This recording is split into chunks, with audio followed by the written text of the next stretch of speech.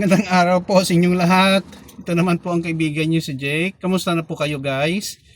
First of all guys, maraming salamat sa inyong mga views dito sa aking Facebook account at YouTube channel. Maraming salamat sa inyong suporta, pag-follow, pag-subscribe. Kung hindi pa kayo nakasubscribe, please subscribe sa YouTube channel and follow me here in Facebook. Now, maiba naman natin ang ating topic for today. Tips during job interview. Not unless negosyante ka, hindi mo na kailangan ng job interview, pero kailangan mo rin mag-interview, no, sa mga empleyado mo. Alam natin karamihan dito sa Pilipinas, no, at sa ibang bansa ay mga empleyado. Kailangan mo talaga may pumasa, no, sa mga job interview. First tip, be honest in answering question. Yan guys ang isang cardinal rule na dapat natin tandaan. Huwag po tayo magsinungaling guys. Kasi kung alam naman nila na mga interviewer kung nagsisinungaling tayo because of our body language, at if we give them fake na mga documents, malalaman din nila. They can verify it sa ating employer or former employer or mga credentials mo.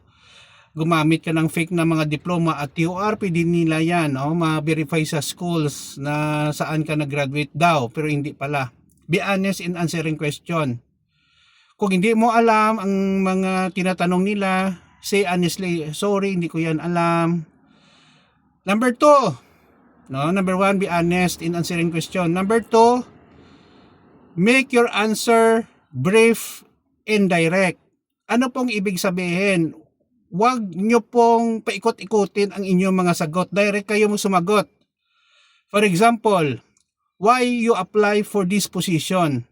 I apply for this position because I think my experience, my credential is fit in this position. Period. Huwag mo nang dagdagan na nag-apply ako sa position ito kasi blah blah blah blah blah blah.